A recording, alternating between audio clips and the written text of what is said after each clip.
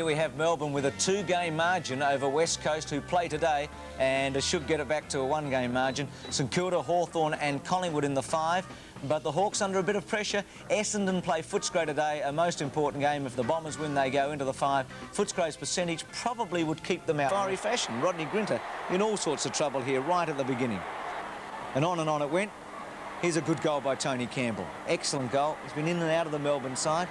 Bennett keeps on kicking goals, but Grinter by umpire Viney for allegedly strong with it yesterday.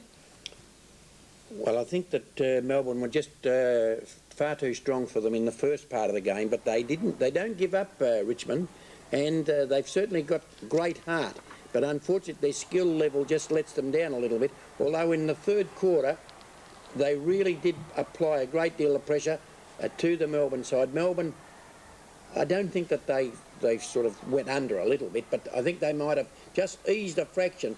But to get within, I think, 14 points at one stage there was very well done by the Tiger side. And had they, Ryan, I think it was going into goal, should have actually gone straight in and kicked the goal. He made a point instead, and it was very close. But Melbourne finished off their game beautifully. Now, Bob, you're one of the people for the old tradition. Looking at the box now, yeah, there's 2 sets of black shorts. Don't you think that's wrong? It is wrong.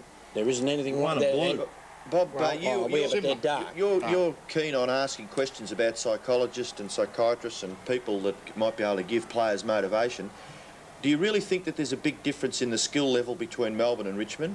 And accordingly, can Richmond, with a little bit of confidence, can they cause upsets in the latter part of the season? Well, they did. They caused upset at Geelong. Yesterday, they had the fans roaring in the third quarter and got to within about 2 goals. You know, and that's, I don't say that's an upset, but at that stage an upset was looming. But isn't it confidence that makes the difference? Isn't it Richmond being able to believe in themselves? And do you have to have someone to tell you that?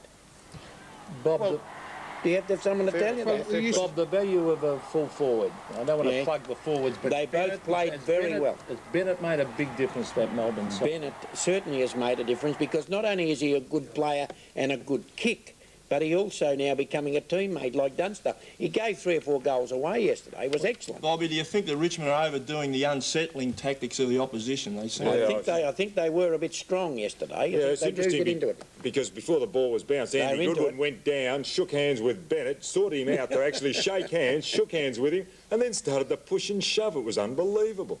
Well, if Ron's looking for a full forward for the state team, I think that young Hogg has got a very good chance. He's a local fellow, isn't he, Ron? Yep. I'd be looking at him as well as Grant. I gave 2 votes. These are both full forwards. Bennett, of course, he hasn't swum the Murray, so he can't get into the New South Wales side. And I gave 3 votes to Jimmy Steins, who just continues to impress me with his football. Oh, Bobby Davis, don't you love him? OK, Darren Bennett's going to try and he's going to try and go out and swim the Murray later this afternoon. They're the votes from that game. Eads and 2 Collingwood players, 1-2. Shaw right, Steins